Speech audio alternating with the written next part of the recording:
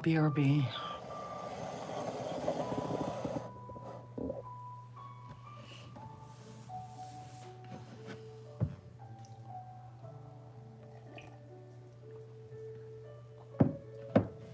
I'm here, guys. I'm so sorry about that. You guys, can you give me just a minute? I need a freaking cigarette. So freaking stressed out. I got a phone call, you guys. I had to take it. It was from baby child. But I need a cigarette. I will be right back.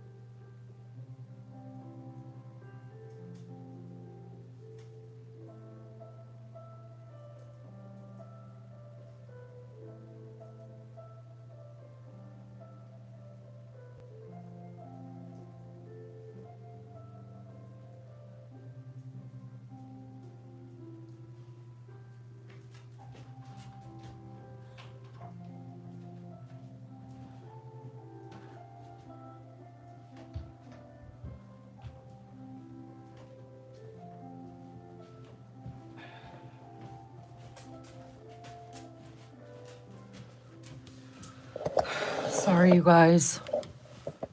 Listen. being a mother, I can't speak for dads, but being a mother just fucking sucks sometimes.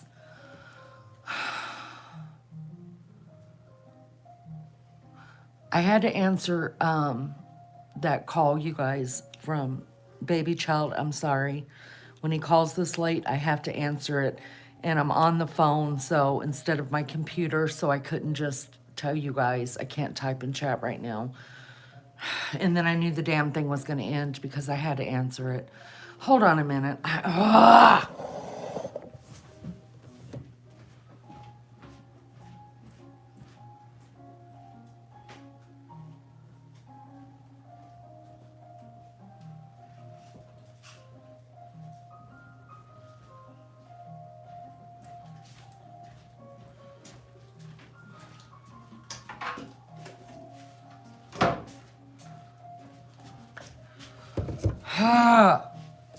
Somebody reach out to Gina Diamond and let her know that I'm popping pills. Oh my God. They're all legal. They're prescribed. If I'm taking a pill, you know I'm stressed. Here's the deal. This is a real moment in Lene's life. Not that everything I haven't shown you is a real moment, but when I'm anxious like this, I usually don't stay on the computer. A lot of times I get anxious right before I go live. I get the scaries.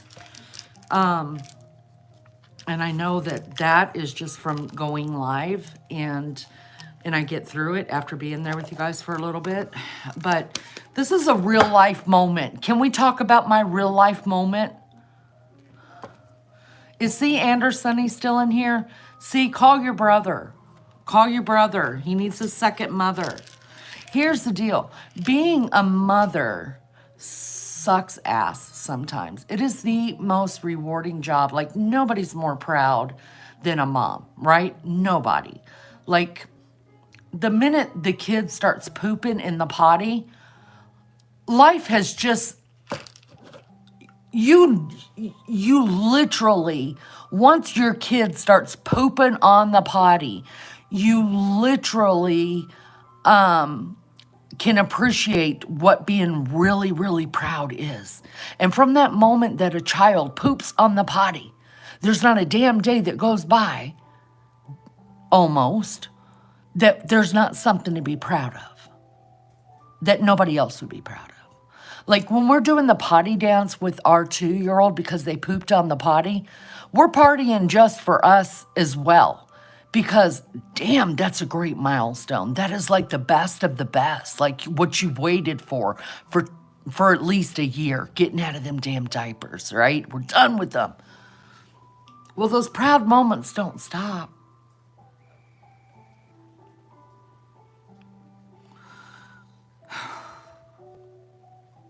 It doesn't stop. So I'm proud of my kids. Like my kids, so freaking proud of them. I can't stand it. They're much better human beings than I will ever be. Hi, Wild Angel. I'm having a moment. So baby child, you know, he's the youngest. He's in college. He just turned 21. He's in his 3rd year. He is, he's the president of his fraternity. This boy, okay, and I'm gonna brag as a mom, but I'm bragging on facts, okay, about this kid. I'm not blowing him up to be something he's not, but I'm just gonna brag on the facts. There has been nothing that this child has ever when he sets his mind to do something, and believe you me, there's always got to be something set, right? He's always got a goal, which is good. I mean, great. It's a great attribute. But the problem is getting to that goal, he lets drive himself up a fucking wall, which in turn drives me up a fucking wall. It gives him anxiety, which in turn causes me anxiety. Right? Now, mind you, my husband, his dad, does not have anxiety. He's just cool, calm, and collected, right? So wouldn't you think maybe you should just call your dad? Because there's no reason for both of us to be stressed out. But no, when it comes to matters of the heart, like I'm his person. Every other thing, his dad's his person, right? I wish it was switched around. Probably because I don't know how to fix cars. But anyways, this kid he's very humble. Sickening humble. The awards that this kid has gotten, half of them, you guys, I have found on the dinner table. Didn't even know anything about it, right? I'm like, hey, dude, what is this about? Or he just said, like, Mom, just throw it away. It's no big deal. But yet, if he didn't get that award, he would be crushed, right? Here's what's going on. What I'm talking about is the anxiety of being a parent right now. E and S. And I'm in Indiana. Welcome. Nice that you're here. I appreciate that. Will you hit the like and sub up? Anyways, he has applied for scholarships. What the hell are they called, you guys? Internships. That's it. Internships. And he just got turned down for one. Okay? And how many kids you got? A lot. Like, not as many as Wild Angel, but enough. A whole lot. And he got turned down for an internship here in Indiana. I didn't want him to go away. I was wanting him this year to stay in Indy. And so he applied for 2. He hasn't heard back from one yet. And then he's applied for all these others. And so he called me because he's stressed out because he got turned down for that scholarship and he hasn't yet heard from the other places. And I'm like, can we just appreciate everything we've got and live in this season right now? And he's like, yeah. He said, but Mom, you understand this is my future. And he worries about the future all the damn time. And I so bad want to say, look, dude, get on some medication. Or I want to say, like, pray about it. And I do, in a roundabout way, say those things. But I remember being, when I first started out with anxiety and stuff, and people would tell me, you're panicking over nothing. It's not real. It's all in your head. And why are you even worried about that? All the shit that we've all heard, right? Right? So I remember that, and so I approach him. My approach with him is just, what do you need from me? Like, do you need me just to listen? And I'm trying to be all calm and shit. And you guys know I'm not a calm person, but I'm trying to be calm. This is me. Well, what do you need from me? Do you need me to listen to you? Do you need some advice? Do you need me to come over there and hang out with you and your boys? Do you guys want to come here and hang out with me and do a live? And he's like, no. But in my heart, I'm wanting to say, just stop it. But you can't negate those feelings, right? I mean, all of us have different fears. All of us face different issues with anxiety, whether it's terrible anxiety or just a little bit of anxiety. And just because I've lived longer and learned how to handle mine, he's only 21. You know what I mean? Like, he doesn't know how to handle it yet. And so, because I can't just say, shut the hell up and go see a doctor, which is what I tell myself, shut the hell up and go see your doctor. I get all stressed out with him. I totally stress out.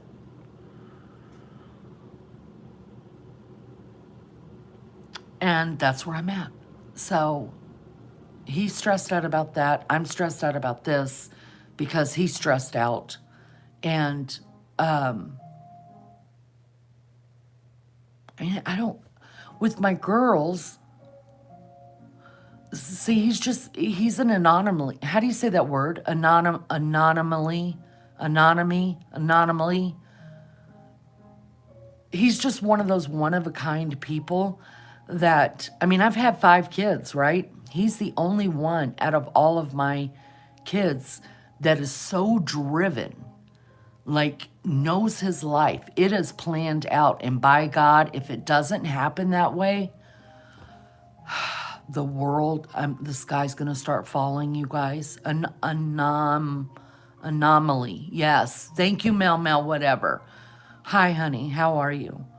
Please tell me you guys have at least one of those kids. Because my other 4, they're very successful people. But this kid has stressed.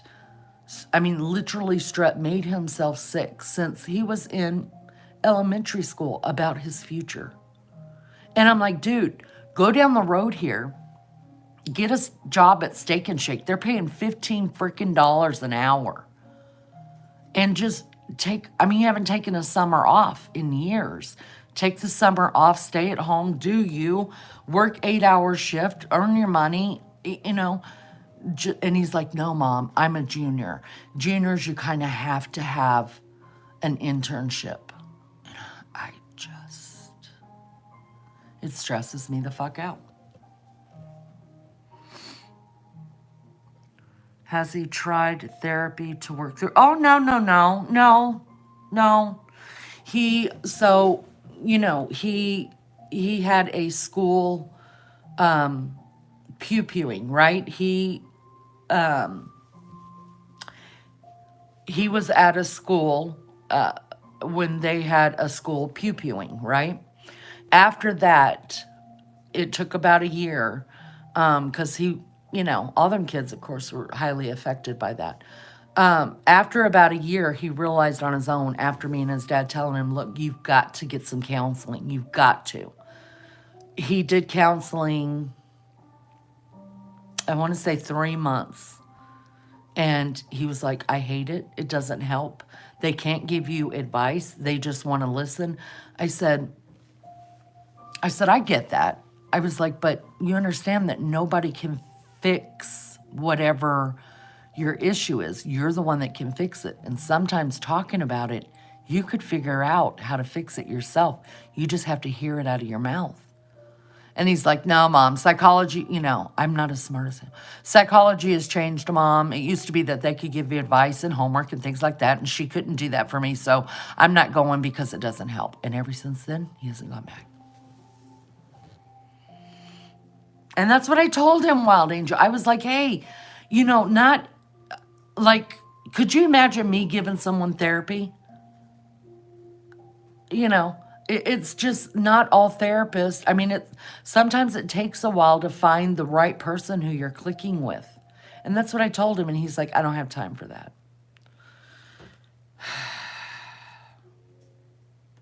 Meanwhile, his mother is stressed out because he's stressed out.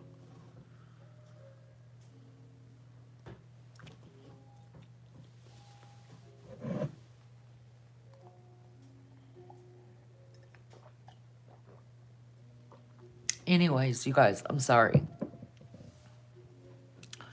I'm sorry I left y'all hanging like that. Hopefully everybody found their way back over here, and who hasn't found their way will find their way. Depends, therapist, the type of therapy. Right. He just won't. Wild Angel, he just won't. It's terrible to watch your kids go through stuff. It is. I would much rather deal with my darkest days of depression and anxiety than to have to deal with my youngest child doing this, because I don't know that he's ever going to come out of this. He's such a perfectionist, and life has to be a certain way.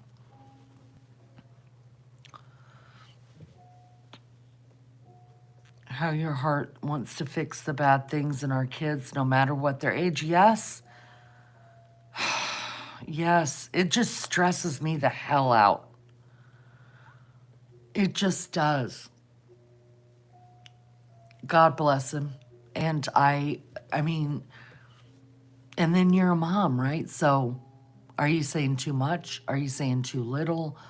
You know, you just never know. You never know until they hit, especially at 21. 21-year-olds, yeah, they're at that cusp, where they still, which this child has never really been a kid, but they still have that mind of a kid, but they're gaining knowledge every day. And so they're on that cusp. And until they hit about 25, we're fucked as parents. One of my daughters won't go but fights with herself daily to deal with her thoughts. Right. It does me too, because that's only so much we can say or do. Right. Exactly. I would highly recommend maybe a male role model talking to him and finding someone to talk to. Sometime it gets through better from the. Yeah, but when it comes to this kind of. Well, I did notice. I was shocked actually to find this out because he just broke up with the girl. And, well, they weren't like dating, but they were like talking and hanging out. But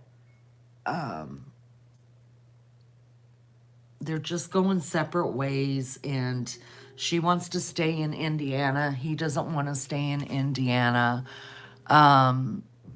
There's too much stuff between them that just would not work. And he's the type of person, he's only had two serious relationships, one in high school in his senior year, and then this one. And this one wasn't even really a relationship. It was just you know, they were going towards that, and then they both realized it just wasn't going to work. So I found out that he had actually, because he went somewhere with his dad. I forget where they had went, but he talked to his dad a long time about it, which usually that never happens. So I was really happy to hear that he talked to his dad, because I think that he I think he was worried about how his dad would feel about him. So his dad told me he started asking him questions about his first girlfriend and what makes him happy in life and blah, blah, blah. And so it opened it up that he saw that his dad could be vulnerable, and so he could too. And so I'm glad that happened for him. He has unreal expectations about himself. Yes, Miss Barbara, and it sounds like some OCD going on there. Yes, Miss Barbara. Yes, you're exactly right. And he gets that naturally. He gets it naturally. But it's still when you can't do nothing, you can't say nothing, you can't do nothing. It just stresses me the hell out. And then I lose sleep and I'm sick. Oh God. Because I'm also a perfectionist when it comes to, like, I can fix anything. And I want to fix everything. And I want it done like right now. And that doesn't not work all the time. Hardly ever.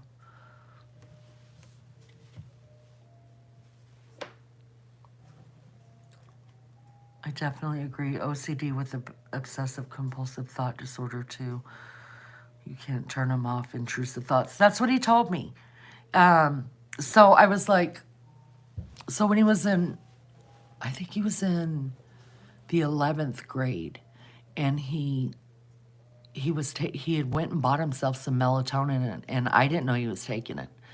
And I went up to his room for something. I saw it on his bedstand, and I was like, why are you taking melatonin?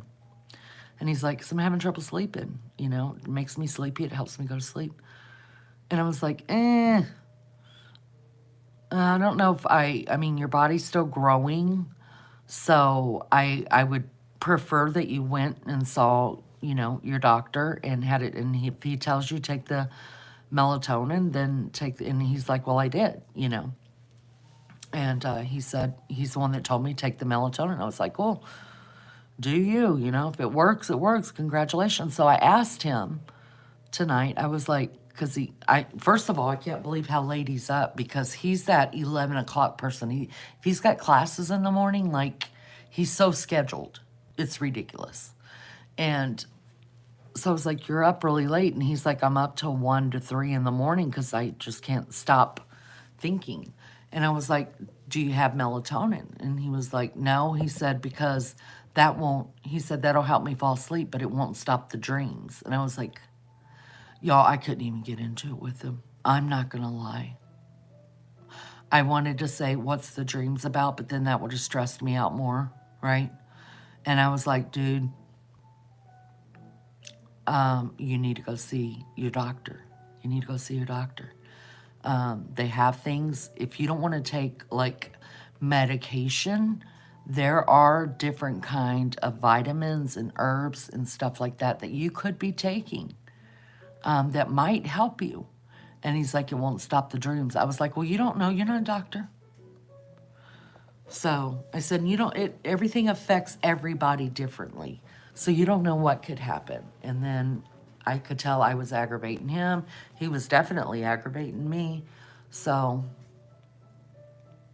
oh, Lay, thank you so much. Thank you for being here. I'm just bitching right now about being a mom and how hard it is. Melatonin is given to little kids, too, if they need it. See, I didn't know that. I went through hell with my daughter during her teens with her mental health. I still have PTSD from things she did. She is so much better now because she is medicated. Well, that's what I told him. I was like, just go see your doctor. You don't have to take medication. I was like, but there are, supplements and stuff that could help you. And he was like, Mom, I'm not into that. And I was like, oh, God. He's like, I don't want to be out of control of my brain. I said, because I take a pill every now and then for my anxiety, I wanted to say, like, I'm going to take one right now. But I didn't. I said, you think I'm not in control of my brain? I was like, I'm not knocked out. I'm not a zombie walking around. And I said, I don't nearly take what I'm prescribed. I just take enough to get the edge off. And I was like, you're allowed to do that. You're just not allowed to take it more than it's prescribed. I was like, and you could figure it out. Like for me, maybe twice a week is what I take. And that's nothing compared to what I'm prescribed. So he's like, I'm not into taking medications. And I was like, you don't have to, okay. And then I was just like, okay, well, I gotta go. I'm a terrible person. I obviously don't know your son, but I really feel like he needs a thorough evaluation. Me too. We're supposed to get a pretty good snowstorm coming in here pretty quick, if it hasn't started already. And it's supposed to snow a lot tomorrow. It's supposed to snow all night tonight and into tomorrow afternoon. So depending on the road conditions, I don't know if Beefcake is going to work in the morning, but I'm going to talk to him about talking to his son about going and seeing a doctor because, what can I do? But, he's not the only one of my kids that I feel like needs something and they don't take anything. Lindley, you don't know? Girl, yes. The conditions are supposed to be so bad that it's a whiteout in the morning. Girl, pull up your location, see how much you're supposed to get. It's supposed to snow for like 6 hours, like 3 or 4 hours tonight, and then like 3 hours tomorrow in the afternoon. It started there a few hours ago. See, we're getting it. Wild Angels, like, go to Lene. Go to Lindley. She's pushing it over here. Doctor needs to refer him. Lindley, you're just like my daughters. They don't know crap either what's going on. I have to call them and tell them they have a tornado warning. Also, not to worry you further, but bipolar can start during the late teens, early 20s for men. If anyone in the family has that, I would definitely be getting. No, nobody has bipolar in the family. Nope. It's just anxiety, and it's mainly just anxiety. My other kids, they don't even deal with depression. I'm the one that deals with depression, but my kids don't. But they got that anxiety stuff to a T, just like I got it from my mama, and she got it from her mama. They used to knock my poor granny out with Valium. That's the stories that my mother told about Valium. It's hysterical. I only mention that because we have lost too many. Yes, I agree. And it scares me. It really does. And I do talk to him about that when I could tell because I told him, I said, you're depressed. I'm telling you. And he said, I think a little bit. And I was like, but you don't have to live like that. You understand? In today's day and age, you do not have to live depressed. I mean, it may not totally get better, but you could be better than you are. I was like, you don't want it to get so bad that you can't be functional. I just worry if he's having intrusive thoughts, etc. Right. Me too.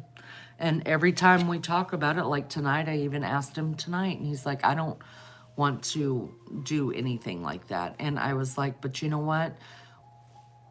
Sometimes, I said, I don't know it for sure, but I think that sometimes people think on unaliving for months and months and months before they either succeed or don't, at least try it. I said, and some people, it just comes upon them. So I think it'll come better from Beefcake, but I know him well enough that he will wait until he comes home for the holiday season to talk to him, which is okay too. I mean, I just asked him if he's coming home later today, and he said no, he's coming home on Thursday, so that gives me a day to clean his room out. Sorry, you're not overstepping at all, Mel Mel. Are you kidding me? None of you are. I appreciate you letting me vent. I appreciate you guys listening, because it's hard being a mom. It's hard being a parent, and there's nothing you can do. And then when your kid doesn't want to get the help that you think they need, and it's not like they're down the hallway in their bedroom,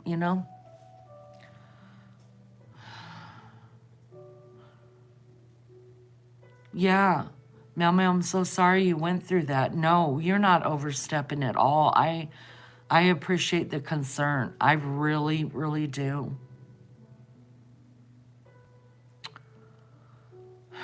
But I mean, it's not like he's a teenager anymore. I'm not even allowed to make appointments for him anymore. It's different in the States. If they're 21 or over, you are not allowed to make appointments. You're not allowed to know anything. Nothing. No, even though we carry the insurance on him. And I think that if a parent carries insurance on the child, that they should at least be able to make the damn appointments. But no. Nope. He's 21. He has to make his own appointments.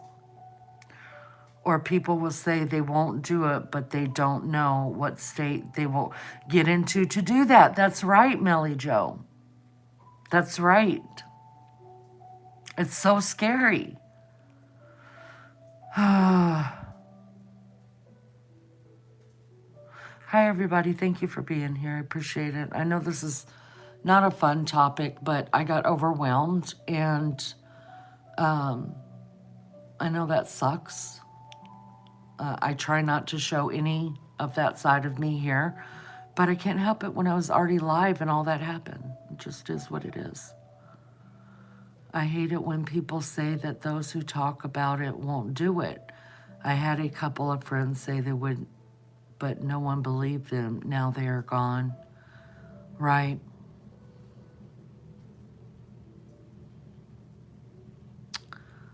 That's true. Well, he and I have had a couple of talks just about his generation and what goes on in college and what they think and stuff now. And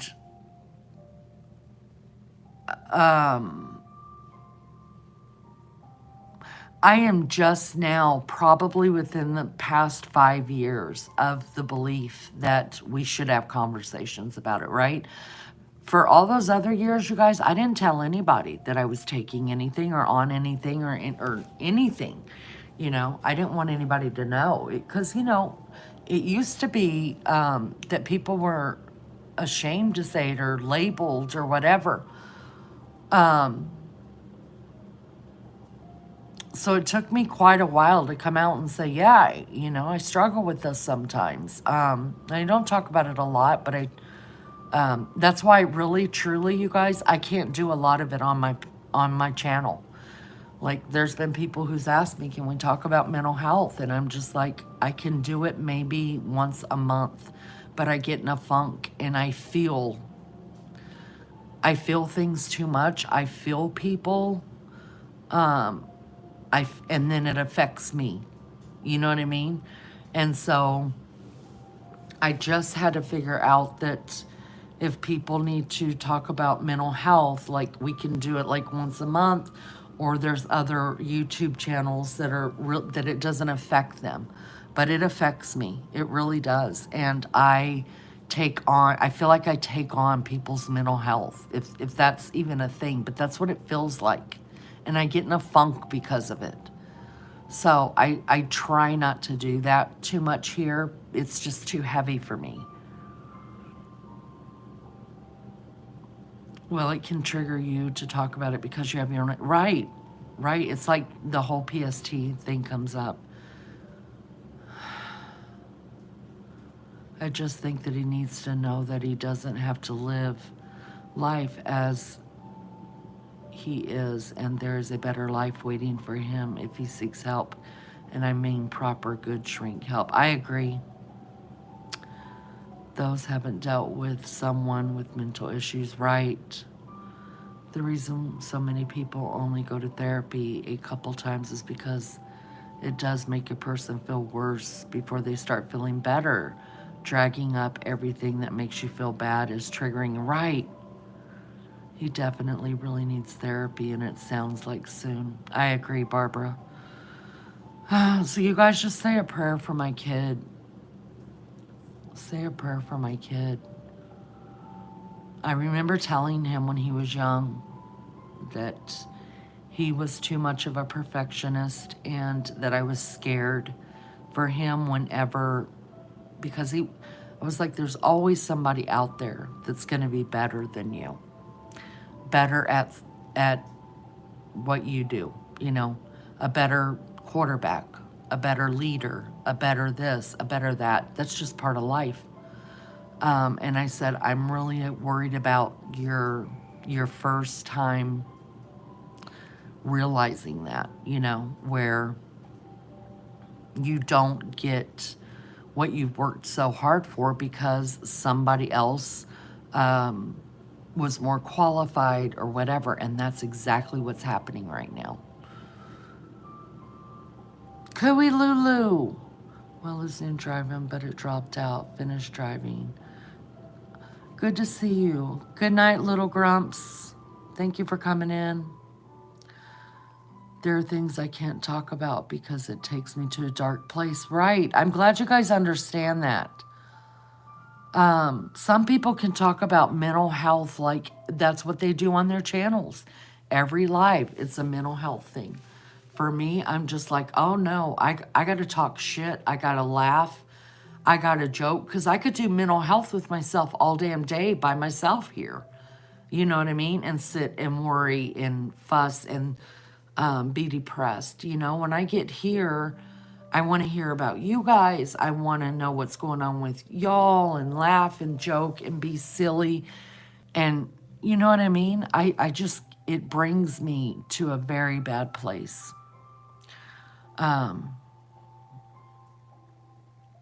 No, I appreciate all of you for helping me and indulging me and let me talk about that for a minute. And I'm asking you if you can say a prayer for my boy.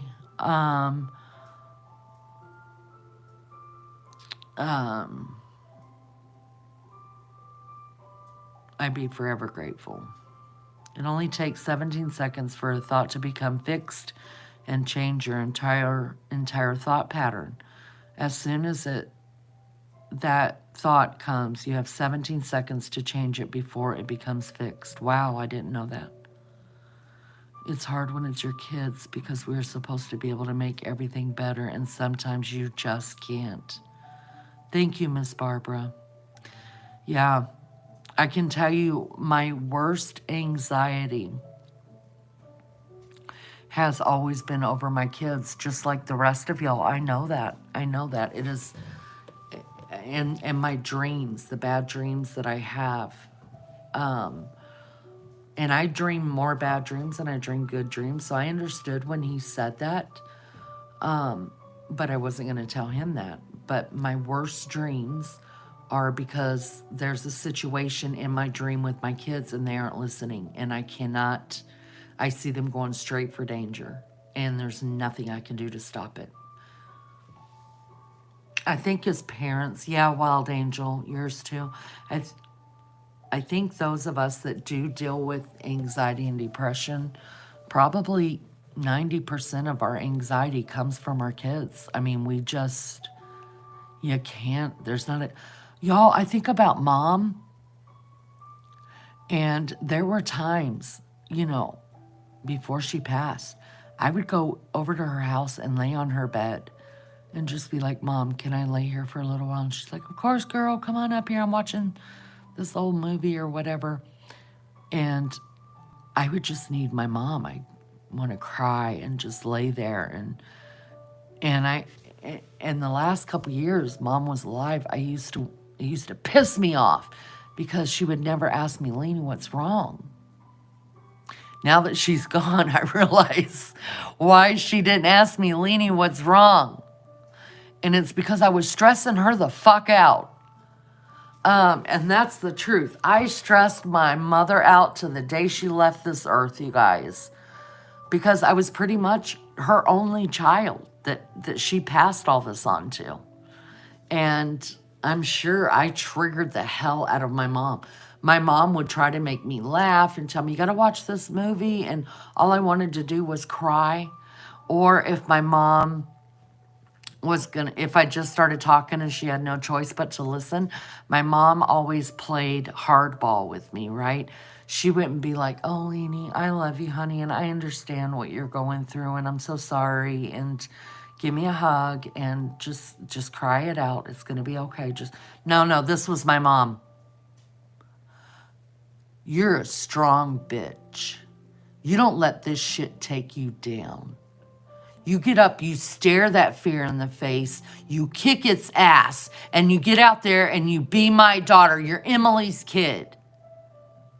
You take on this world like I showed you to take on this world. You're a bad bitch. That was my mom.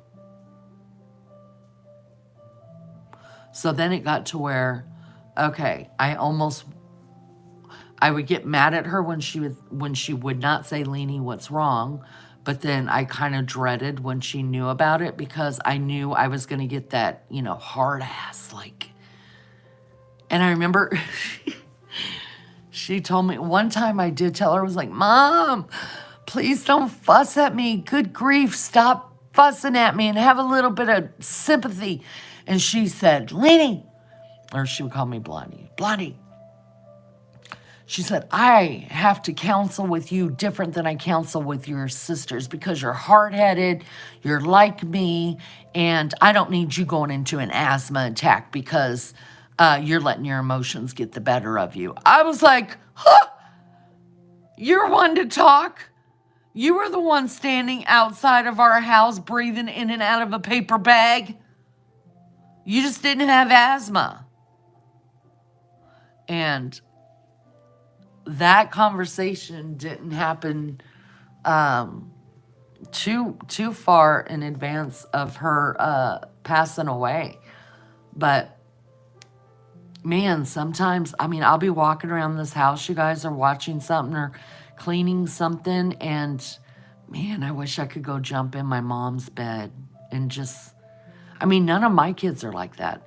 None of my kids will be like, Mom, knock, knock, knock, can I come lay in bed with you? Oh, no, no. They'll call me, we'll have a discussion, or they'll FaceTime me, we'll pray together. But me, I wanted to lay with my mom, even until the day she died. I was, what, 40? 49. I was 49 when my mom died. And if I could live in my mom's bed with her, I just felt safe there. I felt completely safe. I wish my kids sometimes would do that. And then on the other hand, I'd be like, oh, shit. Y'all gotta go. Go home. I've never had that relationship with my mother. I'm so sorry, Mel. Yeah, I know some of my sisters here really have struggled having relationships with their moms, and I'm so grateful every day for the relationship I did have with my mom, even though she was cussing me half the time and telling me, get out there and face that world. You're Emily's kid. You're a tough, bad bitch. Don't you let this world kick your ass. That was Mom.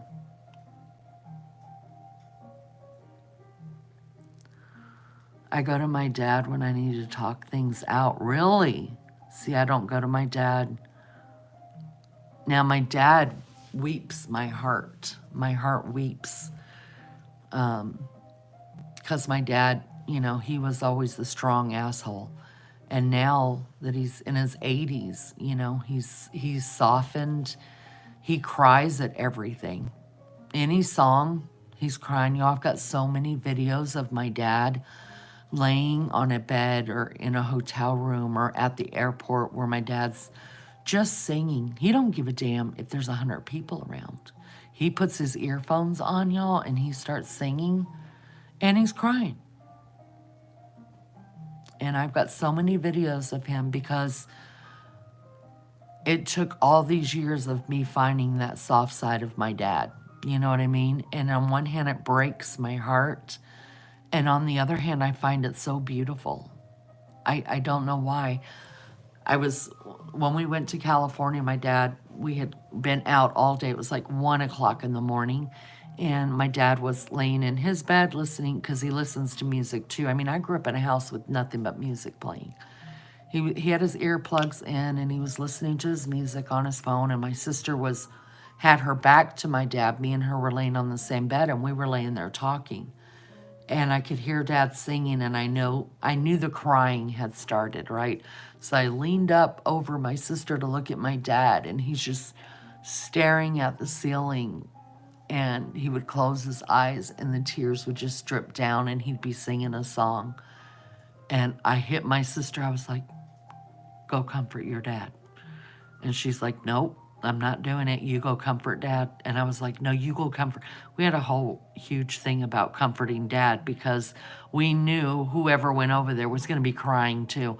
So we did rock, paper, scissors. She lost. She went over. She started crying, and I'll be fucked if I didn't follow her over there and start crying with them.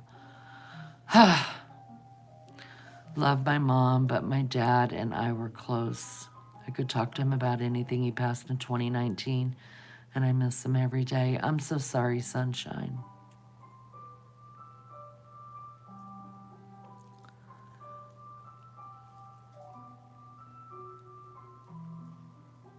Can you tell him what you went through? Explain. You mean my boy, Hopes? I have.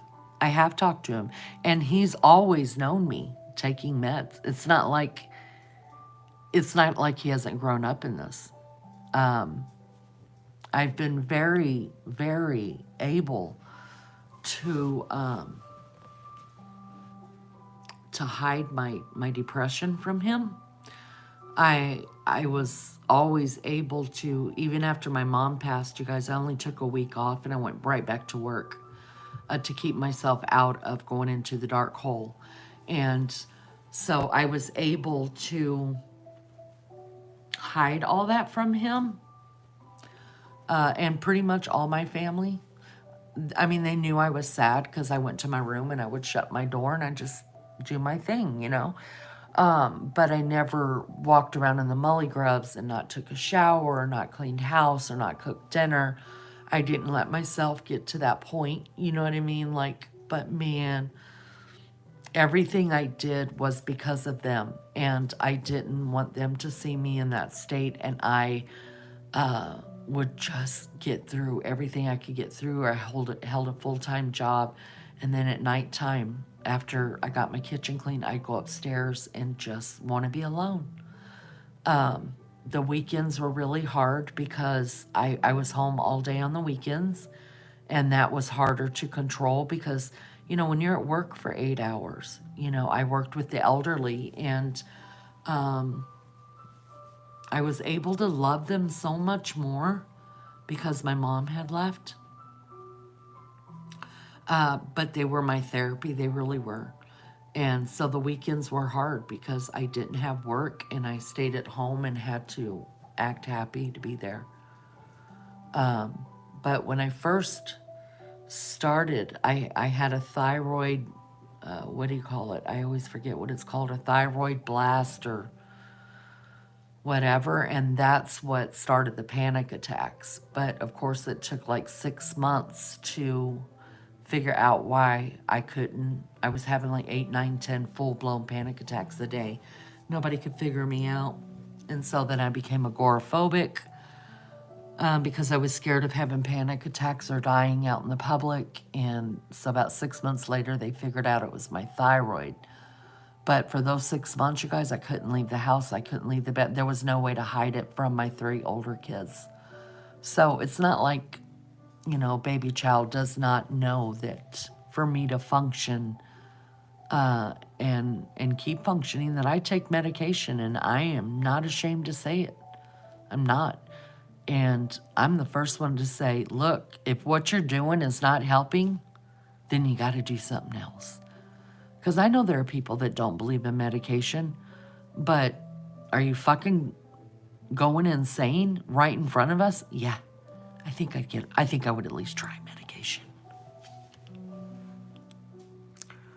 Just say molly grubs. Yes, the molly grubs. Oh no, we say molly grubs, down in the molly grubs. I didn't know that was an Aussie word. Hyperparathyroid, he may have.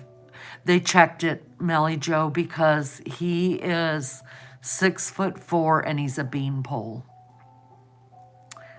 He's a beanpole. And so he had a physical done. He actually went in to talk to his doctor about the anxiety and stuff like that. And they did a depression test or whatever, and he was borderline. And the doctor told him, he said, I think it will benefit. This happened this summer, you guys, right before he went back to college. He went in, was tested, you know, had that test done for how depressed he was, and he was borderline on the depression, where it wasn't bad, but it could be treated. And the doctor told him, hey, I think you would benefit from just taking a pill a day, you know, a very, very small pill a day, and then, you know, kind of do an anxiety medication for when maybe right before you go to bed. It'll help you sleep and it'll take away the thoughts and stuff like that. And you'll wake up feeling better in the mornings and not dread it. And he told him he wasn't ready to do that yet. So he did go and see the doctor for it, but the doctor knows that he's not ready. But he did say you could because his doctor is my doctor. We all have the same family. Well, my beefcake doesn't, because he's holistic. He believes in holistic medicating or whatever. So he has a holistic doctor, but we have a family doctor, like me, two of my kids, My sister, all of her kids, my mom, we all had the same doctor. He's cool as hell. I love him. And so he knows what runs in our family is hypothyroidism. He also knows that high blood pressure. I don't have it for some odd reason. I don't have high blood pressure, but all my family does. Diabetes runs really bad in my family. And so he tested him for everything. Thyroid, all of it, everything came back perfect. Perfect. And he told him, he said, you are just stressed and he said, I think you're a perfectionist and I think you would benefit from a daily pill and maybe taking an anxiety pill before you go to bed at night. And he said, getting some therapy, you know. He said, you don't even have to go see him now. He said, you know, you can call on the phone and talk to him. And if I ever did therapy again, and I'm really thinking about it, I will. The last time I did therapy was I waited a year after my mom passed, and we went to back to the funeral home a year later. The first Christmas after your parent passes, the funeral or loved one passes, the funeral home holds a Christmas remembrance. And so it was a whole year later because my mom passed on the 27th. And they have a special ornament made with their name on it. It's beautiful. They show their picture and you could submit a picture and their, you know, a little synopsis of their life. And it's just held in a small room with other people who that year had lost a loved one. And me and my sister were both just completely, I mean, we bawled through the whole thing. I mean, sobbing through the whole thing. And this was a year later. And right at the end, this lady came and put her arm around both my sister and I when we were still sitting down. And she said, girls, and she was an older lady. She was older than my mom. She said, girls, she said, I've been watching you both. And she said, we recognized her. She recognized us because not only had she done my mom's funeral, but she had done my sister's mother-in-law funeral about a year prior.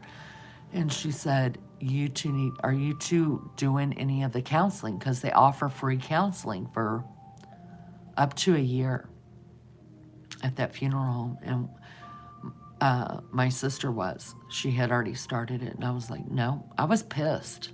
You guys, I stayed in the mad phase of grief for so long, probably 2 good years where I hated. It wasn't until my sister passed 14 months later that I started coming out of being pissed.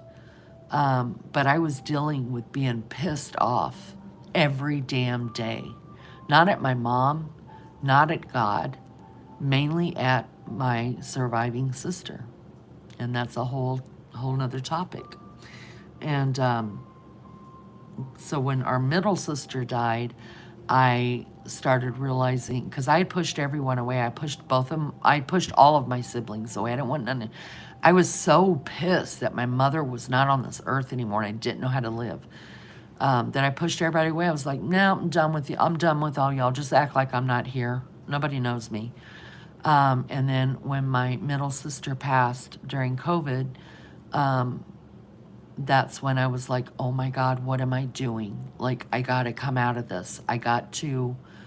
This is all I have left is just my sister and my brother now, right? And it's not their fault that I lived like that for so long. But that sweet old lady, she had her arms around both of us and she said, girls, she said, you need to take advantage of our free counseling. And she said, I think it'll benefit. You need to have some grief counseling. You've got to get some grief counseling. My sister had just started hers, and I hadn't yet. And you could do it over the phone. And so I promised her, Hope says my daughter was that way. She was crushed if she didn't get 100% on all of her tests. Eventually, she got meds for OCD, depression meds, Boys feel stigma and they want to stay strong. Right. I think that's what it is. Anyways, like a month later, you guys, I did start the program. And I'm not going to lie, I had 3 phone calls with this lady. And what you do is they try to match you up. So you put in, your faith and, a, a little story about you and your mom, what type of or you and your loved one, what type of relationship it was, what you feel like you are dealing with as far as emotionally, and things like that, right? So they've got a good feeling now of who I am. So they try to match me up with y'all, I think they threw my shit out the window because I'm 100% a firm believer in God. Now, I don't push if you don't want to believe in God, that's on you. Do you? Okay? If you want to believe in natural earth, believe that. If you want to believe Hindu, believe that. That's none of my business. That's between you and God. I'm non-judgmental. But when it comes to me, and I had signed up for certain type of counseling, of course, I want my faith. I want to hear how to get through this biblically. And y'all, I went 3 times through this. The first time she just kind of got information, tried to get to know my mom, our relationship. The second time it was how I'm doing, understanding the 5 stages of grief and what stage she felt like I was in. Y'all, she fucked me up on the 3rd one. She said, are you able to go outside? And I was like, well, yeah, I'm on my phone. And she said, can you go outside for me? And I went outside and I was like, okay. And she said, she asked me to take my shoes off. She said, can you take your shoes off and just walk around the grass for a minute? And I was like, well, what for? And she said, because it's healing. And I was okay. So took it off. I already knew where this was going, right? Then she was like, all right, do you have a place that you could sit down in your yard, still barefooted? And I was like, yeah. So when I sat down next to my fire pit, barefooted, and she said, I want you just to listen to me. Lean back and close your eyes. Y'all, this bitch had me starting to meditate. And I was like, hold it. I respect you for your belief. You have the right to believe any way you want to believe.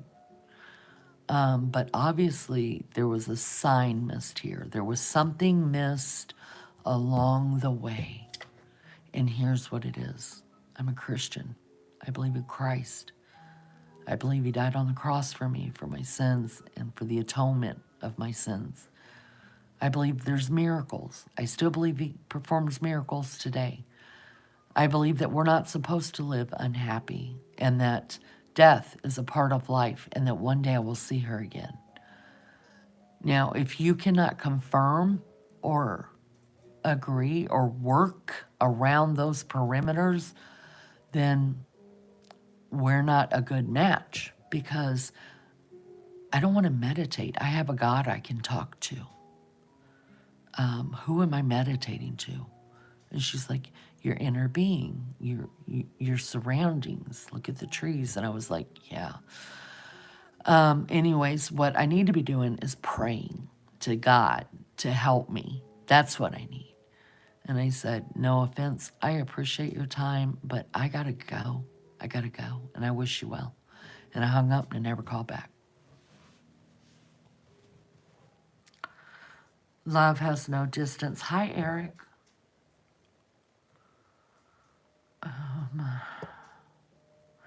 Yes, Lene, I need the faith part. I really do, Hopes. I really do.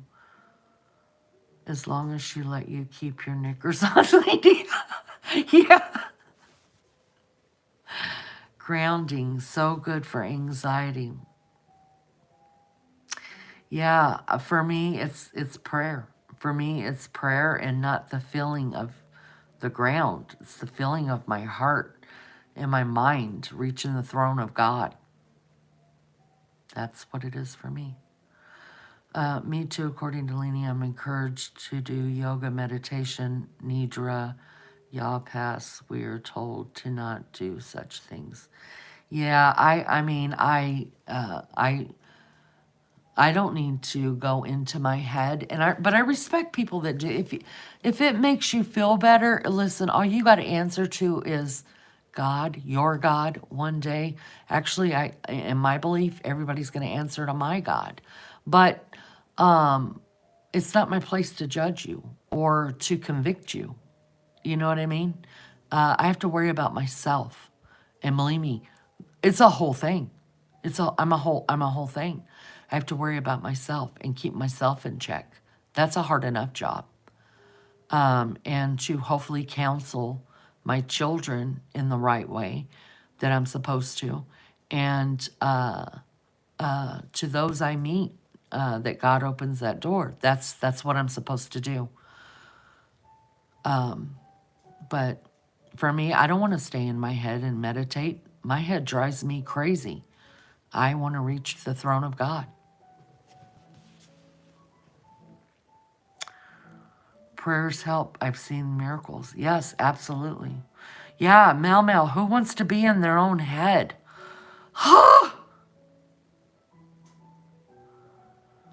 Best out of it, for real. Something is wrong with my brain. I think something is wrong with the human brain. I don't think it's just you. I think it's all of us. Something is really wrong with our brains, and it is very carnal. And I know people look at spirituality like people who meditate and ground themselves and believe in Mother Earth and all that. They have a spiritual connection, but it's with the earth. This earth is passing away. I'm not connecting to it at all. I'm connecting to what's in heaven because that's my eternal home. And I'm allowed to believe that just like everybody else believes what they want to. I was so full of wrong ideas because the people told me about things that happened to me. The psychologist helped me to understand what was right and wrong and put things into perspective for me. That's so good. Yeah, I embrace my cray-cray too. I can think about Jesus and meditate on him. Yes, that's prayer. That's right. That's right. I'm right there with you, Hopes. In fact, Hopes, Echo, I'm pretty sure that is what you and I bonded over, was our faith. Pretty sure. But you know what? There's no judgment here. Really, there's not. I mean, honest to God, as the Lord is my witness, I don't judge anybody for anything. I don't think. I hope I don't. I try not to. I make a conscious decision not to. But especially when it comes to faith, I am not getting involved with people and their faith, no matter what they have faith in, because I'm struggling to get myself to heaven, you know? Who am I to judge anybody else for their faith? I grew up with too many people who thought they were perfect. In some ways, I think I excelled at going against that. Yeah, go against that grain. Once you realize you are perfectly imperfect, it takes a lot of edge off. Because I remember those days that I had to be perfect. I remember those days that I had to get up in the morning and have dinner fixed or breakfast fixed, coffee on. I remember those days when I had to. Now I don't do breakfast anymore. I barely do. I don't do lunch either. I do dinner out of guilt. But I remember I walked the line. I had my kids bathed, or should I say, I had dinner on the table every day, 5 o'clock. 5 o'clock, no matter what. dinner was on that table at 5 o'clock because he walked in at 5:15. Okay. We sat together as a family. We shut the hell up. Nobody spoke at the table. Nobody was allowed to speak at the table. The table was for eating and being miserable.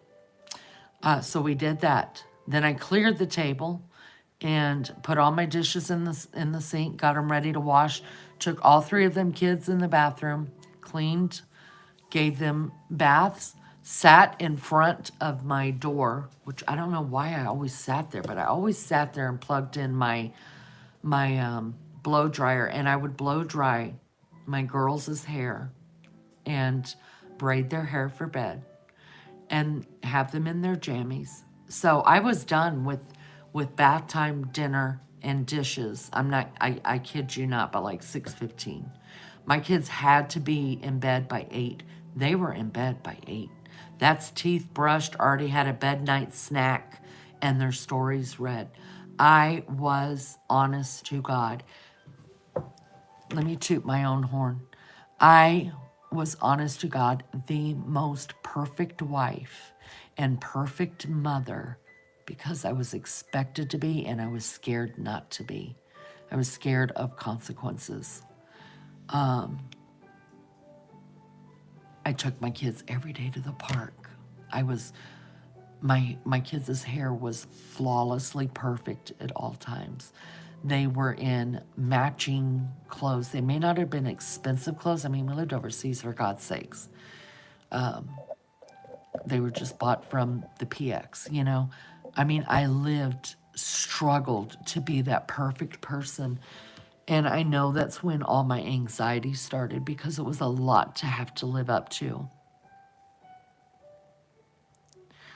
And I wasn't allowed to say a cuss word. If I said damn, this is what I heard, you guys. Don't say that. Now, mind you, he's cussing up and down a storm. So if I messed up and said damn something or whatever, he was like, don't say that. You ruined my image of you. You're my little girl. That's what he used to tell me, you guys. And I dressed the way that he wanted me to dress. Oh, the sickening shit. So anyways, when I got divorced at 30, 31, I think, I flipped 160 degrees and went the other way. And I rebelled. I rebelled so bad. Well, at that point, my kids were all older teenagers. And I refused to have dinner done by 5 o'clock. I left him, left the house, left everything in it except for a plastic trash bag full of stuff. And anything I had to do, I didn't do anymore. I went and bought short shorts, crop tops, cut my hair. Yeah, I cut my hair. And, you know, anything that I was told I wasn't allowed to do, I did it. I learned how to cuss like a fucking sailor, and I was good at it. I was good at it. And even when I got together with Beefcake and I moved to Oklahoma, and one day my oldest son came in. He was 16 years old, and it was like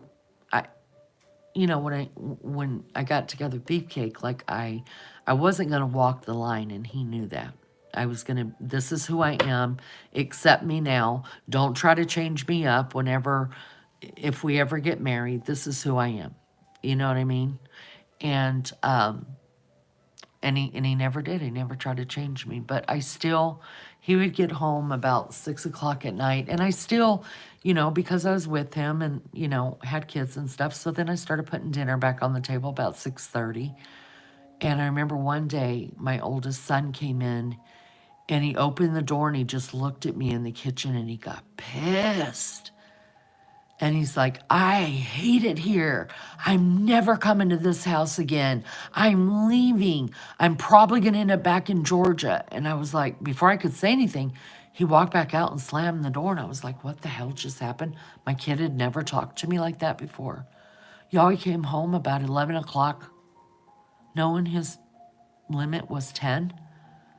And I was like, what is wrong with you? And he's like, Mom, I'm sorry. And he just sat down and he cried. He said, but when I walked in that door and I smelled food cooking, it just automatically hit me and it reminded me of living with my father and seeing you in the kitchen cooking like that and knowing the food was fixing to go on the table. He said he said I couldn't deal with it. And he said, I should have never spoke to you that way. He said, but I just couldn't handle my emotions. And I left and was like, well, I'm glad you didn't make it to Georgia. And I'm sure we're going to have times like that through the years because we've lived like that for a long time. But, you know, just because I cook, you know, you still have to eat. I have to eat. Paul has to eat. You know, everybody, Colton's got to eat. Everybody's got to eat. So I have to cook. But it doesn't mean that I have to do it your dad's way anymore. I do it my way. And if I don't want to cook until 8 o'clock at night, I'm not going to cook till 8 o'clock at night. So it was difficult. Hi, TJ.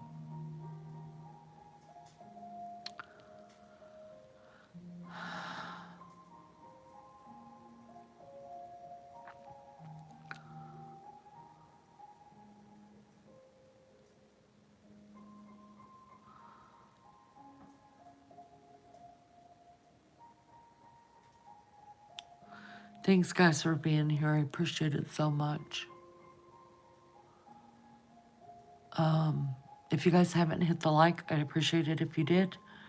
And I don't know if there's any subs here that have not subbed up yet. If you could do that, that'd be great. I'm sorry, the second half of this live, I've been off on a tangent. I'm so sorry. Now I need chocolate because Eric said chocolate. So I'm in need of chocolate now. Let's find out what kind of, let me see.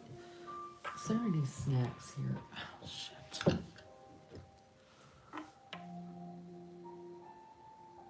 Thank you, Anne. I appreciate it. Anne, how you doing, honey? Did I say hi to you, Anne? Because I have no memories of it.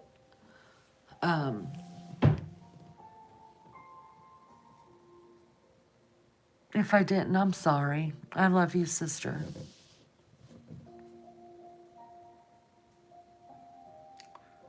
Anybody I missed, I'm so sorry, you guys. Please forgive me.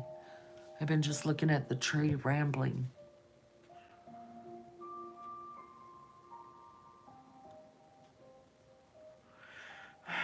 We worked together before we got, we worked together before we got together, so he knew me. Thank you, Anne. I love you so much. I appreciate you guys just for listening to me ramble. Poop. Now I feel defeated. I feel tired and defeated. And I'm hungry.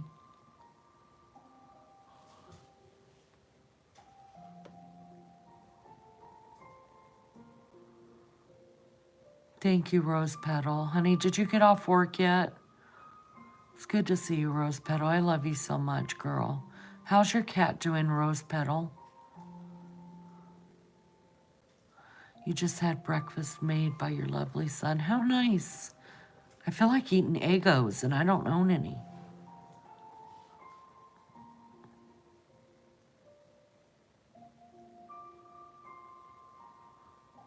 I do have cookies. Well, I have those shortening bread cookies. Oh, Mo, she's doing fine. That's awesome. So happy to hear that.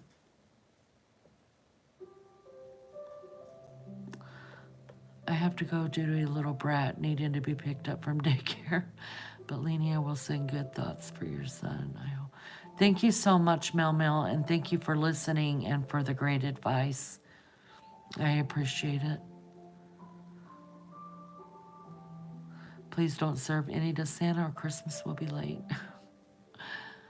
Seems like almost everyone has mental health problem nowadays. Maybe it's always been this way. Maybe so.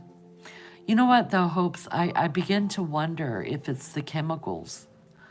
You know, back in the day, I'm sure people did have anxiety and stuff like that, but there wasn't chemicals in their soil, and they didn't eat, you know, all this crap food that we're eating now, you know, the fast food and the additives and shit that we're putting in everything. I really do think that it has to do with some of that stuff. Fix yourself. Some of the Kool-Aid you give us accordingly charges you right up to stuff, the good stuff. Yeah, we need some Kool-Aid. What kind of flavor does everybody want? If you haven't had a cup of Kool-Aid here at Lene's yet, we're going to need you to get on that. Lulu and Melly Joe will be happy to pass the Kool-Aid to anybody. We have any flavor you would wish to have. And we're going to need everybody to get a couple sips. Mary Jane Doe's got the cups ready. Come and get it. It's free. It's free. Not to mention the chemicals that some of our grandfathers dealt with in the war, etc. Right. I really do believe that. That it is damaged, you know, parts of our brains. And for sure, that's why we deal with more cancers and body illnesses that they didn't have to deal with back then. Definitely. Anything but lime. I'm going to drink the lime. You definitely need some rose petal. You want cherry. We have every flavor that you guys would like to have. Everybody here drink just a little bit of Kool-Aid. And sub up. Drink a little bit of Kool-Aid. I saw in the news today that the oils we use in cooking are causing lots of bowel cancers in our young people.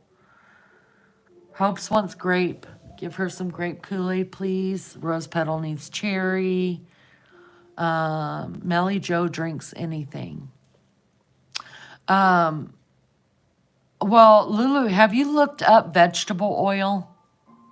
Beefcake just looked that up like a couple months ago, and he's like, do you want to know what else in vegetable oil? Because it's not vegetable. And I've been cooking with vegetable oil.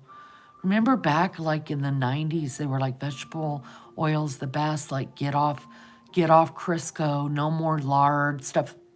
Y'all, I'm bringing lard back. I am. I don't drink, I use olive oil. I've never cooked with coconut oil. I don't know how. I don't know if it changes. I don't know if it tastes like a coconut. The only thing I use coconut oil on is my dogs, their feet, their nose. Like when it's cold outside, I'll rub coconut oil into their nose. And sometimes I'll even rub it in my hands and rub it through their skin.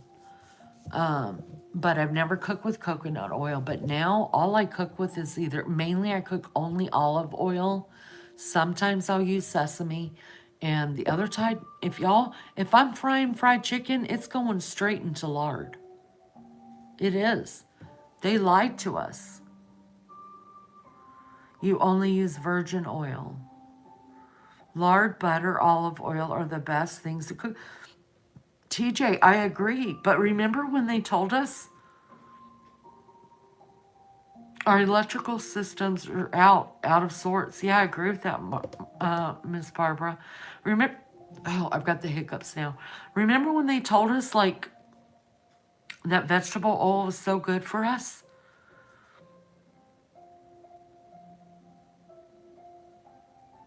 And the same thing with margarine. They told us, don't use butter, use margarine. Margarine's terrible. Use butter. It's a lot more expensive, you guys. It sure is. But I will cook with olive oil before I will cook with butter just because it's cheaper. But anytime, I look in the paper for sales on butter.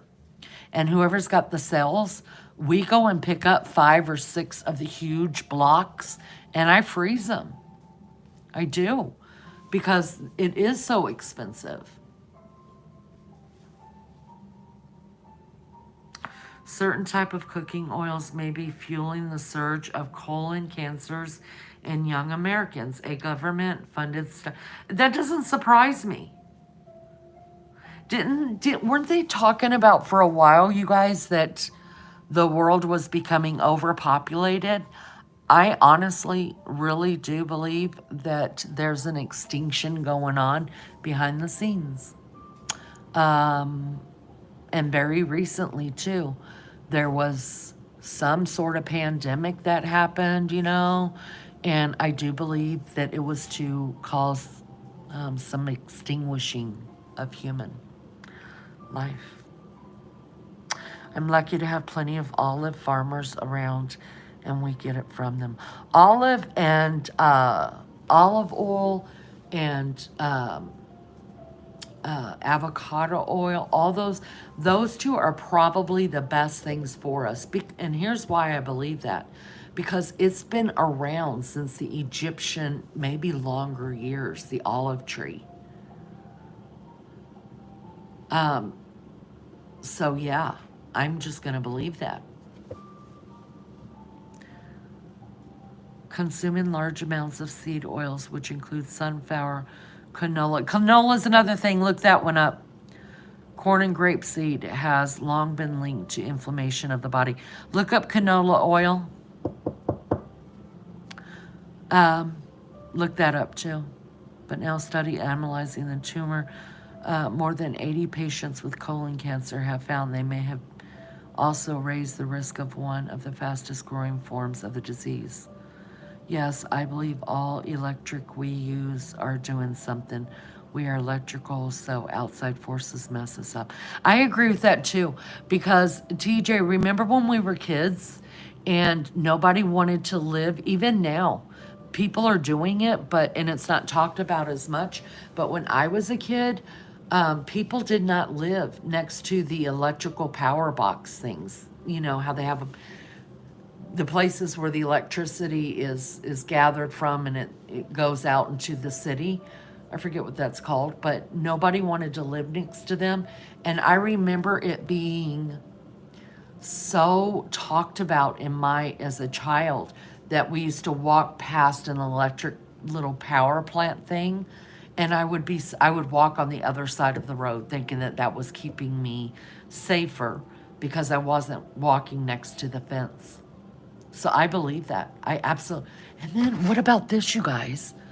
What about this? Did you know that those panels, I don't know if it's overseas or not, but in America, those solar panels that they're using, and they'll have like miles and miles out in the, like, on this land, and it's got a fence around it, and they're nothing but solar panels staying out of the ground.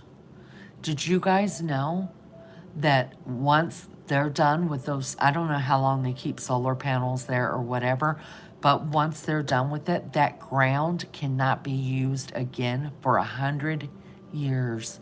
Look it up. Tell me why that is. Solar powers are generating energy, but yet the ground around that the solar panels sat on cannot be used for 100 years.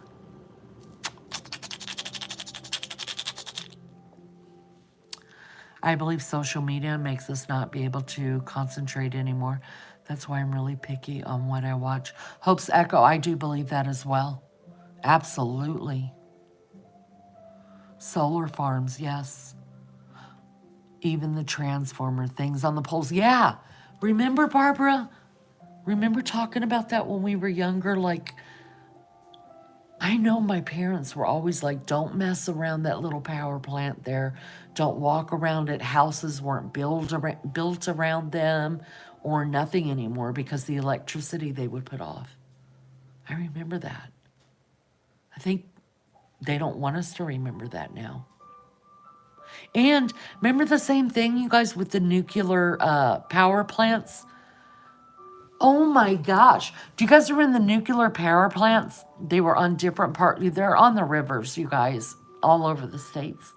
and in other countries as well. It used to be that you didn't build houses within miles of those things. Oh no. You go over the border of Indiana right now, go over the border heading into Kentucky. There's a nuclear power plant right there. Y'all, it's right there in a town. Whole town is built right there on the river. What's up with that? Did we all automatically forget that this is putting stuff into our grounds where we are growing our food? It's putting stuff into our grounds where our animals eat, and then they're being fed to us. Did we forget that it's putting it into the air that we breathe and the waves that come through the air? The when you think about all of the Wi-Fi waves, remember they used to worry about AM/FM waves and the TV waves and stuff like that. Y'all, there's so many. How many waves are we walking through just walking through our house? Because of the Wi-Fi. So crazy. Hi, silent fan. Don't be silent. Get involved. Thank you for that. That's a very nice compliment. Get involved. You don't have to stay silent. We talk about a little bit of everything here. We're looking for a house to buy. Found a lovely one. Oh, shoot.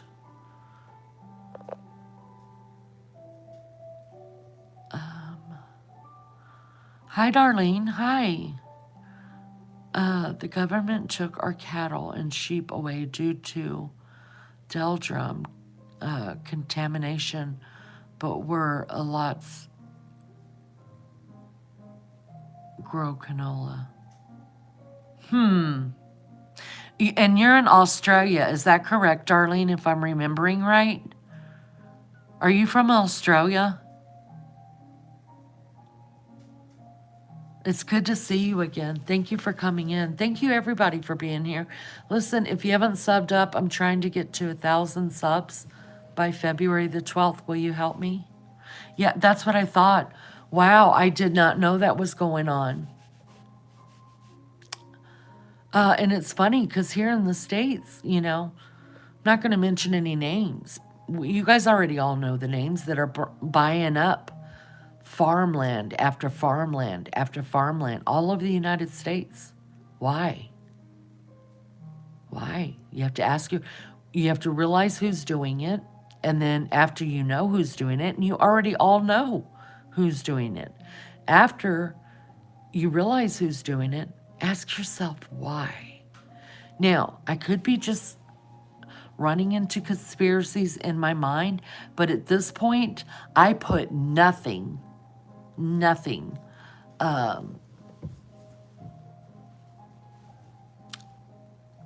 I believe anybody's capable of anything, and I put nothing past any of those people in high places. I just don't. Well, come on over, Daddy D. Hi, Daddy D. Come on over. Curl up right there. I'll bring you a cup of coffee. How about that? Would you like that? My parents turned it into an alpaca farm years ago. They're retired now. Nice. You're at 9:18 now. Good job. How do you like your coffee, Daddy D? I drink mine with creamer. But I've got all different kind of stuff I can put in for you. Yeah, the kitten may be over there in it, but I'll move it. Thank you so much, Daddy D. Will you sub up? Will you sub up to us and hang out with us? I'd appreciate it so much. Did they compensate you for your livestock? That's awful. Yeah, I want to know that too. Barbara, what'd you retract? Don't retract anything. You're smart.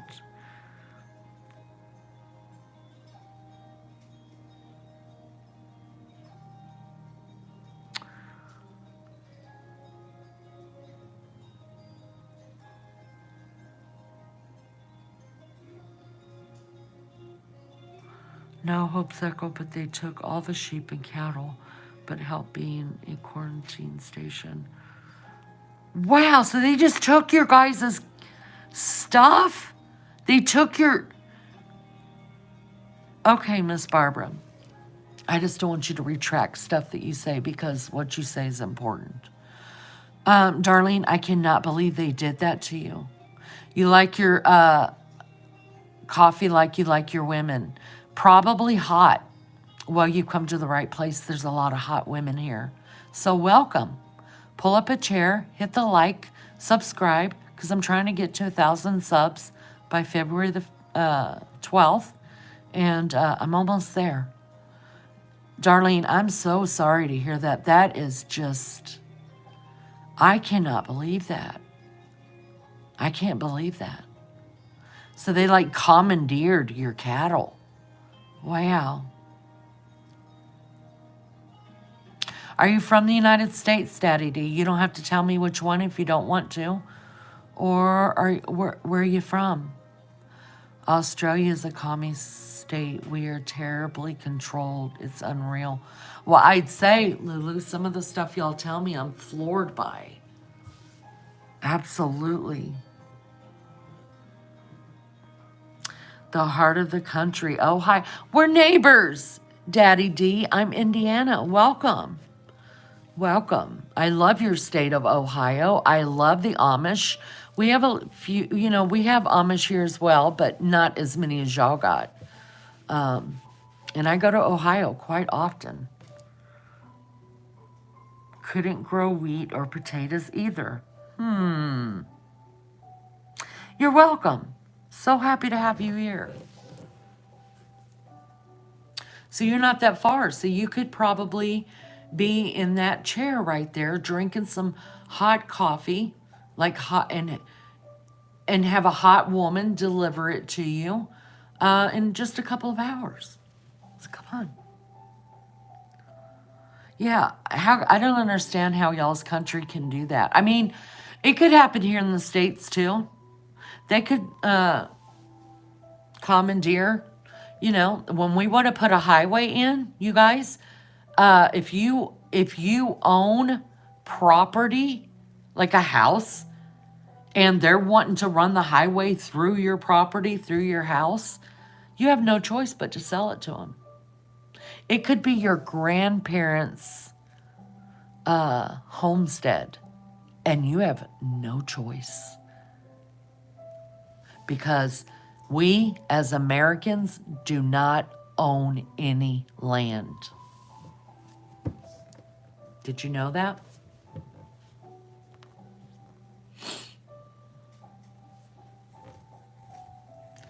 The government want everyone reliant on them. Mary Jane Doe, you hit the nail on the head. You sure did, sister friend. That is correct. And it's not just our government. It's government all over the world. It really is. You guys, I need a durry. I need a cigarette. We do our own ground here. Wow.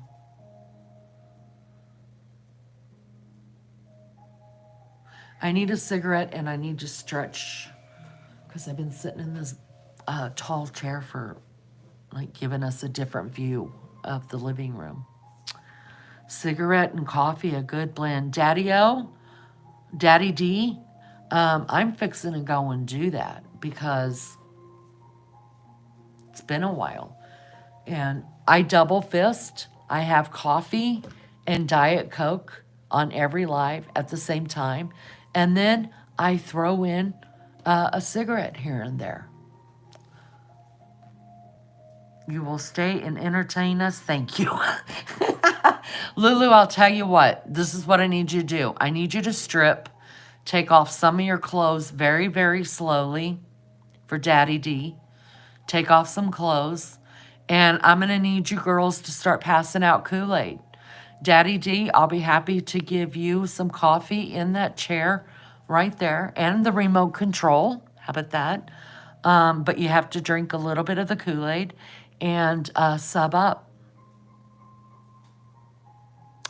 They would come over here to our little town in the summer and spray for mosquitoes. Us kids would always run outside and look up, of course. You know, I remember when that didn't happen where I came from. Like in California, you love Kool-Aid, you're going to love our Kool-Aid. You're going to love it. So the ladies here are going to be passing out Kool-Aid. Everybody get you some. And Lulu's going to start her strip tease. This is going to be good. And I'm going to go smoke a durry. And I will BRB. Y'all don't go anywhere. You get to watch the smaller tree now. Watch this. Boom. Boom, baby. Boom. BRB.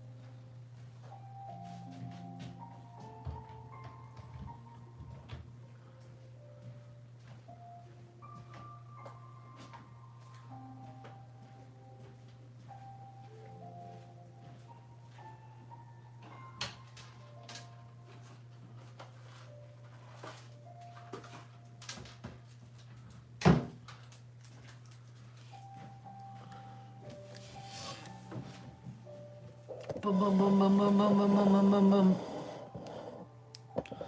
I'm back. Hi, everybody. Thank you for coming in. I appreciate it so much. Will you hit the like for me? If you haven't subbed up, please do that and grab yourself a cup of Kool-Aid.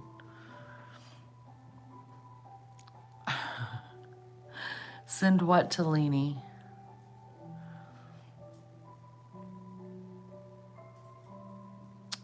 What are we sending to Lene? You could always find another home if it doesn't work.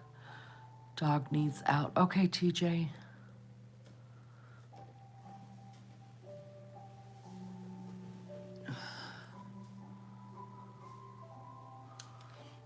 A camel. Oh no, those things spit. They spit. I wouldn't mind an alpaca though. They're cute. Do they spit? I think alpacas spit too. Ew. No.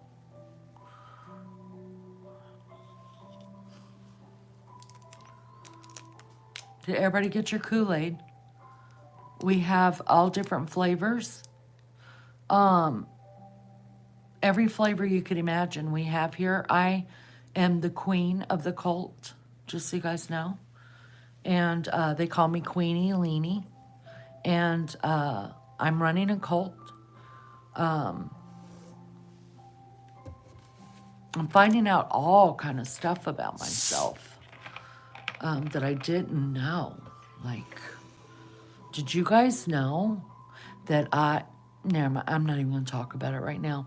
I'm just saying, drink some Kool-Aid because I'm Queenie Lene and I'm running a cult.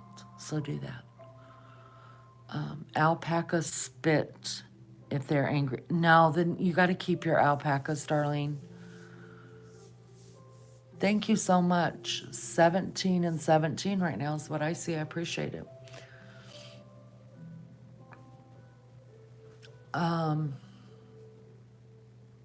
Yeah, I'm not going to be on here too much longer. You guys, tomorrow I'm getting the ingredients. This is what I've decided to make. I am making fudge, haystacks, possibly homemade chocolate chip cookies. Okay, let's be real. I'm not going to make those. If I make chocolate chip cookies, they're going to be Toll House because y'all know I don't bake. And I'm going to try something for the very first time. I'm going to make, I looked up the recipe and I'm going to try to make peanut butter fudge as well. Little Doughboy, come on over from Washington, honey. You can have some. So, and we're going to do a live while we're baking. Why not?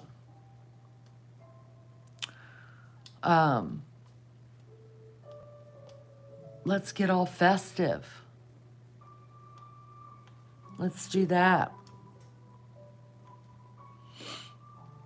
I'm going to try to do it a little bit earlier than my normal lives are. But so it will either be depending on how much sleep my brain lets me have. It will either be tomorrow night that my live will be baking or for sure on Thursday. Right? Because I've got to have it all done by Saturday, you guys. I got to have everything done by Saturday. You guys will absolutely love my fudge recipe. I cooked the Rachel Ray. I cooked so many different fudge recipes. And the best one I've ever found, not because it's the easiest, but because honestly, it is the best. And it is the creamiest, and I love it. It's so easy to make, so quick to make, and so yeah, I want to do that. And then haystacks. I want to make haystacks because I need sleepy time tea. Yeah, I do.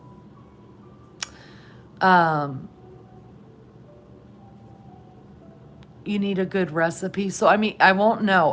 My live tomorrow will either be the cooking or it will be for sure on Thursday if it's not tomorrow. And have a great day. I love you.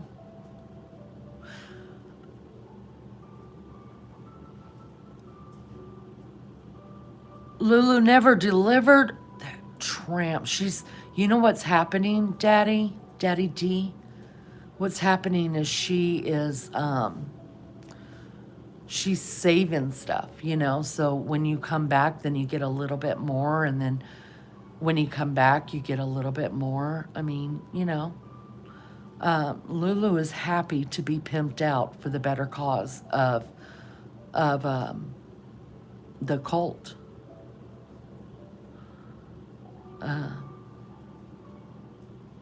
Oh, she did it covertly. Daddy D, I've got pictures of Lulu that will make your head spin. I mean, look at her picture just on her avatar. Look at Melly Joe's on her avatar.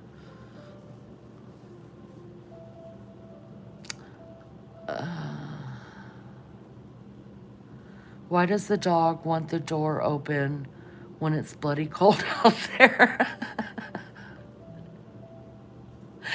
Lulu is the cult Madam Winch.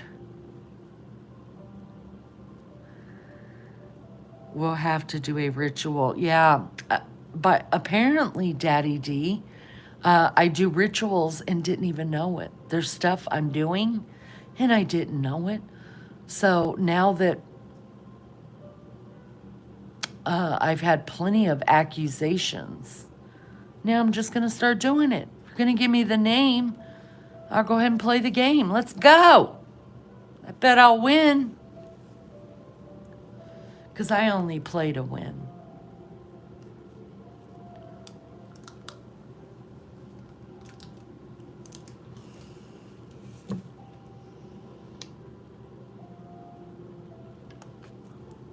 I must say, though, I'm taking top blame because I'm Queenie Lene. But my mods and people who are very close to me have been taking blame for stuff as well. So we can summon Krampus. I love it. Well, hopes, I have to tell you, Love Bug.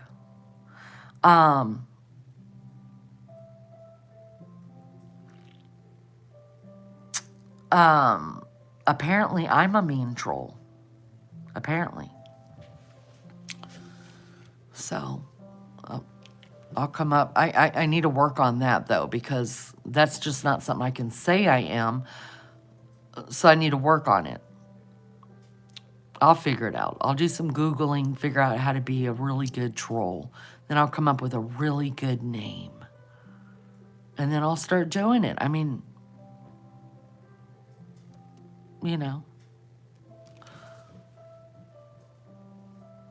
why should I take on other people's,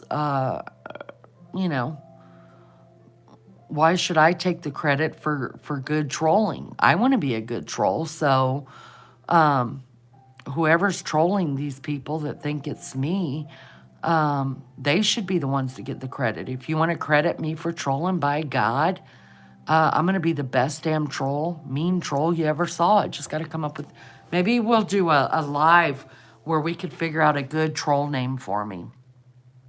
Whatever ritual gets me my striptease. Woo! You will have to teach me time management skills. You must be excellent with it.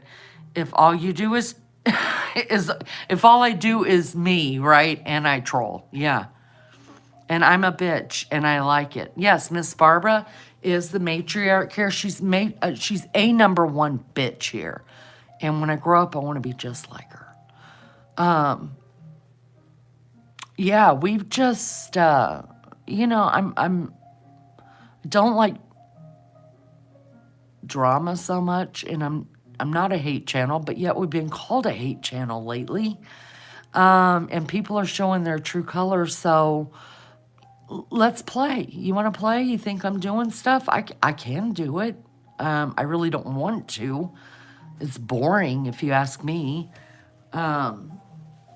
I'd rather clean toilets. But I guess I've got time to put my family on the side and all them grandkids and my husband and my home and my animals. I guess I got time. I could put everybody to the side to start trolling. How often would I have to troll to be a good troll? That's what I need to know. Like, how often do you have to do it? How much time do you have to spend on YouTube to be a good troll? Because that might be a problem for me. All the time, Daddy D. Hello, Lene. Welcome to my room, and I'm in Washington, D.C. Hello, Pinky. Good to see you. Thank you for coming in. Is your new Boo King Hoover? It's your new Boo King Hoover. You can be my Boo King. Trolls don't eat or sleep or consume. See, there's going to be a problem, Daddy. I mean, I'm willing to give it a shot. Maybe start out slow, like 30 minutes, right? Pick a chat, 30 minutes, hang out. I got to call names. What else do you do? You can't just call names, right? What else do you do? What else makes a good troll? Are you a good person, a teacher, a stripper, a dancer, or singer? I am a good person. I can be a wretched person. I can be trash. I used to sing. I like to dance. I've stripped on many occasions. Usually that involves tequila. So maybe a little bit of all of the above, Pinky. I'm a very honest person. I would say daily, or you can just pop up under a different name when you go back in. All right, so I just need to we need to come up with a great name. You guys can help me. And then I think I have to start out at 30 minutes a day because that's all I can really do right now. And then I'll work my way up to it. Do what everyone else doesn't want you to do. Well, what that is just be happy here on this channel and not cause anybody any problems. But that causes people problems. Well, from what I've seen, the trolls watch all the time, gather all the information they can, and they use the worst things against you. I'm not going to lie. That will be a problem for me.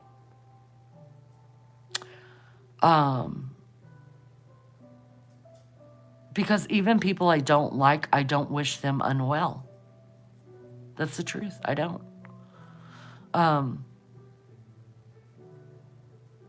But maybe that's where since my mods here are being accused of trolling for me and bringing the queen back information into my hive here. Maybe y'all could start doing that for me too, and then make it easier for me. Who's going to win the next UFC pay-per-view fight?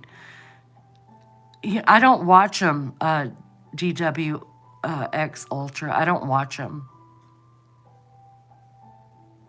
No, nobody said anything about being sexy, Pinky. No. I do have catfish pictures, though, that are sexy. Bless their little hearts. Hope, Echo. It does sound exhausting, Lulu, but if we all work together, we could make this happen. Can you turn around your camera, please? Yes, I could, but I won't, because right now I'm ugly. Can you cam up for me too, Pinky?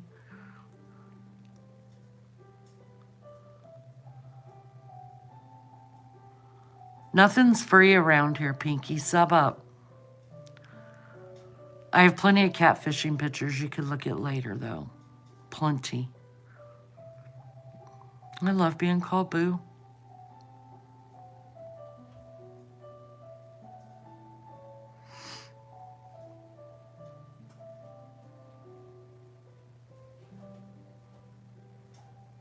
Hope's Echo, you're so kind. Thank you so much.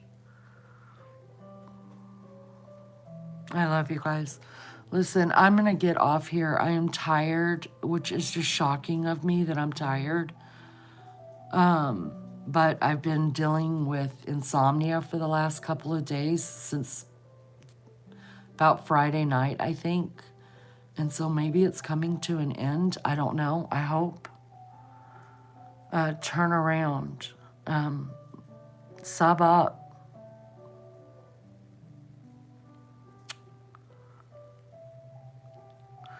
Anyways, I love you guys. I appreciate y'all being here so much. I hope the snow comes in here soon, because that always puts me in a better mood. When you film like this, chat is on top of the video instead of to the side. Well, mine's at the bottom. Mine's at the bottom. But I can't help it, Diamond, because my earphones are all screwed up. Are you seeing things yet? No, not yet. You fit in here like an old friend, Daddy D. That's right. According to Lene, can you message me before you go to bed? Absolutely, yes, absolutely. Love you too, Doughboy. Nice booty stuff, Lene. Oh, so you just want to see my booty. I'll see if I can get a catfish picture with that. Rose Petal, I love you so much. I will, Barbara Smith. I sure will, honey. Thank you so much. Mary Jane Doe, thank you. Thank you, TJ. Diamond Lucidity. But rotate, I think she meant. Oh. Oh, that's so kind. Thank you, guys. Thank you for the new subs. I appreciate it so much. And the mods, you guys rock the Casbah. I love you guys with all of my heart. Chat, I would not have a channel at all if it wasn't for you guys that come in and keep me company. So thank you for that. I appreciate it so much. You guys mean the world to me. And I love you. And I hope you guys have, wherever you're at in this world, a good day or a good night. And I will be back on tomorrow night. If I'm going to do the cooking live, it'll be a little bit earlier. If it's not tomorrow night, then I will be doing the cooking live on, or baking live, cooking, baking, whatevs, on Thursday. But regardless, I will be back tomorrow night, come hell or high water. And I will see you guys then. I hope to see you guys. It was so good meeting some new people. Kaz, hello, honey. Good to see you. Big hugs to you, my sweet friend. Bye, guys. Thank you so much. If you can't be good at it. PCT, you show up just as I'm signing off, girl. Where have you been? Where have you been? I was fixing to go to bed.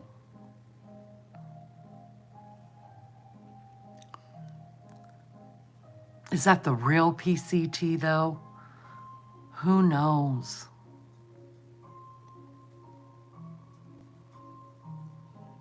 Oh, you were watching Dolly's? Okay. I get you, girl. Yeah, I'm fixing to sign off. I've been on here a couple hours already, and I am just tired.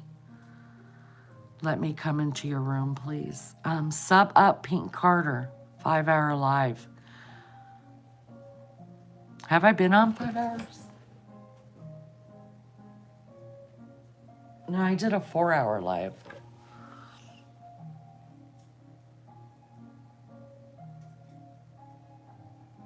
All right, guys, I'm going to go ahead and go. PCT, I'm going to message you, see if you want to do a panel tomorrow night or Thursday night. I don't know when you're 3 more days. Okay. Maybe we could do a panel before you go live again. How about that? So I'll message you and find out if you want to do one together. I'm going to do a cooking live. Maybe you can come and hang out on my panel with me and read chat for me while I'm cooking. How about that? We could work together. All right. I love you guys. Thank you. Daddy D, it was so nice meeting you. We hope to see you again soon. And I love you guys. Can't be good at it. And we'll see you next time. Bye, y'all.